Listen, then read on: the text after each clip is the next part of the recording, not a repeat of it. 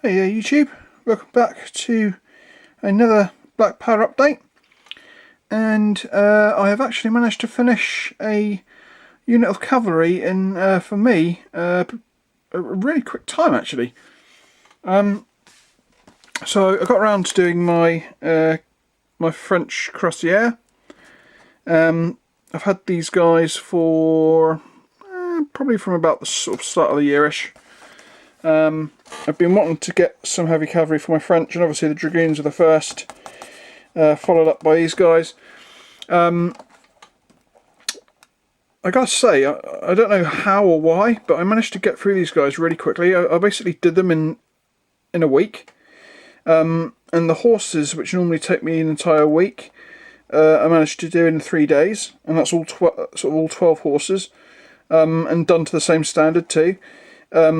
And the guys, although they look quite easy to paint, these guys are actually quite fiddly.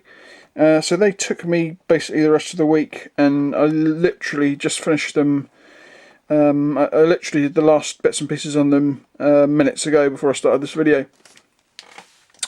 I gotta say, as far as cavalry goes, I did actually quite enjoy them. I know it sounds very odd to say that, but I think it was definitely to do with getting the horses out of the way first, really quickly. I think the way that I did it was, instead of doing them a sort of a stage at a time, and then waiting, and then coming back the next day and doing like another couple of stages, and then coming back the next day and doing another couple of stages, and so on and so on. I basically did like 3 basic stages. So like, I glued them together, I stuck them on bases, I undercoated them one day, then I did the base colours and the shading and the highlighting. Then I started on the saddles, and then I finished off with doing like the final highlighting and shading, and obviously the bridle work and everything. And I suppose in a weird sort of way, that is actually the saddles and the bridle work that actually takes the largest amount of time, and it's what sort of drains your will to live, I think, with cavalry. And also, for some bizarre reason, the colours, black and white, seem to dry so much quicker than other paints. I mean, literally more so with white, I think. You literally put some onto your painting palette, and literally after your first brushful, it's already starting to dry. So you're obviously trying to sort of, like, keep it watered down a little bit, and even when you add like medium or even water, it still seems to dry really quickly in comparison to other paints. And especially when you're doing like the rains and stuff, it really slows you down. You're having to put like drop after drop of paint, and you literally do like, you're lucky if you get like one horse done out of that sort of droplet of paint before it starts drying to the point where it's it's time to put another drop of paint down, because there's no point trying to water it down. Yes, I was very happy with the way that I got through the horses, but I think I've identified the part of horses, for me anyway, that sort of slows me down. And it's not the horses so much; it's more the bridle work and the saddles. So, without further ado, I'll get rid of this box, and I will show you the finished Cuirassiers. Now, when it came to choosing a unit with these guys, I decided to bite the bullet and go for the 11th Cavalry Division, which are part of the 3rd Reserve Cavalry Corps. So obviously the 11th are the ones that don't wear the Cuirassiers. So this is the other unit, which is the 8th. So these guys are the 8th Cuirassiers. And I'll just zoom you in a little bit on them to sort of give you a look at them en masse. So there they are. And I'll give you a closer look at them overall. So we'll start off with the back two. So let's bring them in. So as you can see, I was again looking at sort of horse markings and stuff, and upon doing a bit of reading, the French had a philosophy of the best horses are the ones without markings. So for a horse to have like even the smallest little mark on his head would, to the sort of French military, would mean it's a slightly lesser quality horse. Now obviously the Imperial Guard and stuff had the best quality horses, but the Cuirassiers are pretty elite unit as far as French cavalry goes, so I decided to give them horses with not many markings on, to show that these guys are basically getting the best horses that the army can get their hands on without raiding the Imperial Guard's stables or something. So again, we've got lots of chestnuts and bays, and I went for minimal markings on these horses, so you do see a lot on there, because obviously these guys aren't getting the best of the best. And the other weird thing about this particular unit is that they wear a brown trousers or breeches, which is a little odd. Again, I'm using my favourite French website to nail the uniform colours down, and also the saddles. You can see that the saddles are a little easier to do than the dragoon saddles. They basically just have the number on the this part of the saddle here, and all they have on here is a little sort of grenadier symbol. So that is the first stand.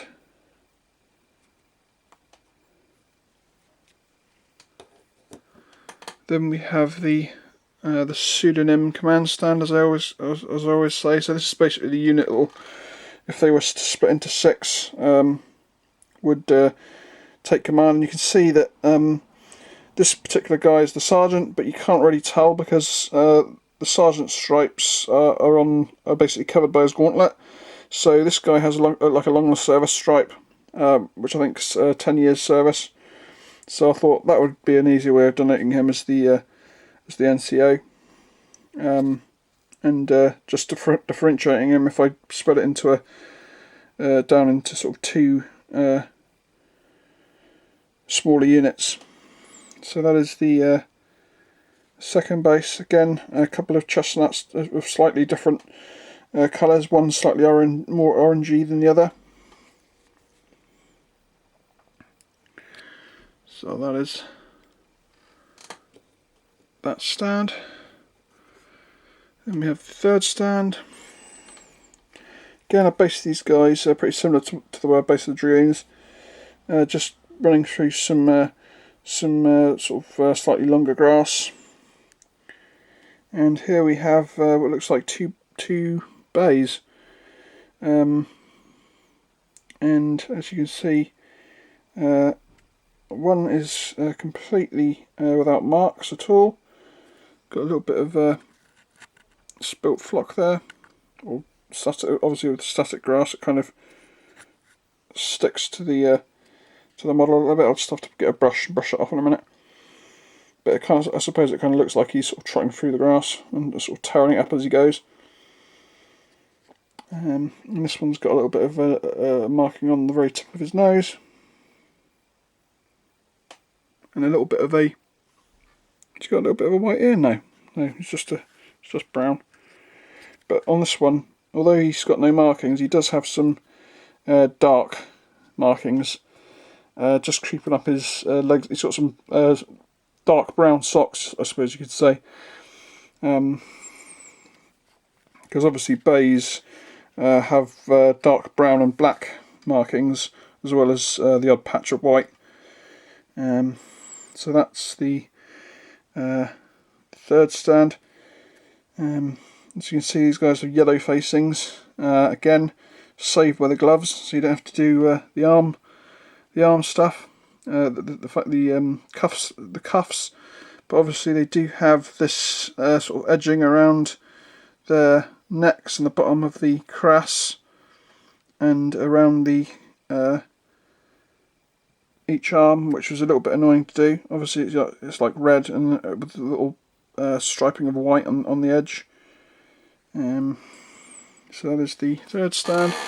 Now there was a little bit of a delay on getting the flag for these guys. I actually put the order in last Monday, and I actually sent in, for some bizarre reason, I literally just put it into my basket, signed in, and then just zapped through to PayPal and then accepted, and it comes up saying, you know, PayPal, you've just paid £19 something to GMB. And I thought, what?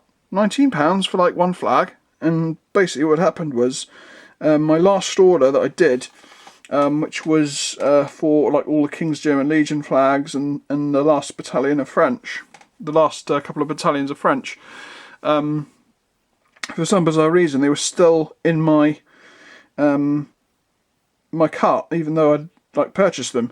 So I basically ended up reordering all of those flags plus the flag that I wanted. Now it doesn't really matter too much, because I did manage to get hold of the guy, because I basically emailed him straight away after, but he's got problems at the moment, so he's like really busy, and he sort of said to me, well, you know, I'm dealing with this problem and it's really slowing me down, but I'll, you know, I'm aware of it now, so I'll like refund you when I get a chance. And obviously I'm not sure, even though I did ask for him to take the flag that I wanted as part of the, you know, to basically just send me that flag and not the rest of them.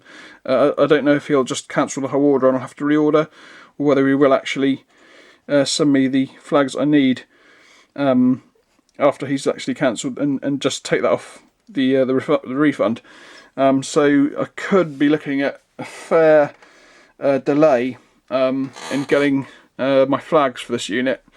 So this is like, I'm not normally the sort of person that would actually bother showing you these guys unfinished, but if I were to, like I say, and there's no time limit to when the flag's going to come, so it could be weeks, you know, it could be a month.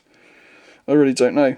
It all depends on whether he takes the order when he refunds, or whether he just cancels the whole thing and I have to reorder. In which case you're probably looking at another couple of weeks just in its own right, because I think he's just overrun with orders at the moment. So here we have the fourth stand, I suppose this would be, the first company. Now these guys are a bit strange in the fact that their first company is not really any different to the rest of them. They basically look exactly the same. They don't have any sort of extra red plumes, or all of them have the red epaulets, so that doesn't distinguish them. So I used like two of the heads that have got the bushier moustaches, and I gave them just slightly different positions, just to denote them. And you can see that these guys are a chestnut and a really pure bay horse for this guy. Obviously this guy was real lucky in getting a nice horse, and then again this one's only got a little tiny bit of marking, so that's probably just as fine a horse in reality. So that is the first company. Then we'll go for the standard. So here's the standard, and it has at least got the sort of the ribbon on it this time, so it'll kind of, you know, it'll do for now until the flag comes. And you can see, if you look really carefully, I actually shave the very top part of this standard down a little bit, because it's a little bit thick for when you put the flag on. So if you look carefully, you'll see that there's probably about a millimetre taken off all around, and just to sort of allow that flag to go round and not look too odd, because the flagpole's thick. But I suppose just because it's got this little bit of ribbon on, you could probably just leave them as he is if you really wanted, but I do like my flags, and so obviously I definitely will be getting one, and you know, I can show them again when the flag's on. I can put them with the dragoons or something. So this is the standard stand. and yeah, just standard guys. And a bay horse with a nice, I can't remember what they call that marking actually, it's got a name. I have mentioned this before, but the painting guide I tend to use for my horses comes from a War Games Illustrated painting guide that they brought out many years ago. It's just called, just zoom out a second. It's War Games Illustrated Paints, and their section on painting horses is really good. It's basically got like every colour of horse you want. So it's got bays, it's got chestnuts, it's got blacks, browns, whites, greys, and it goes through each stage. And also Palaminos and Appaloosas, and it's got like examples of different types of horses as well.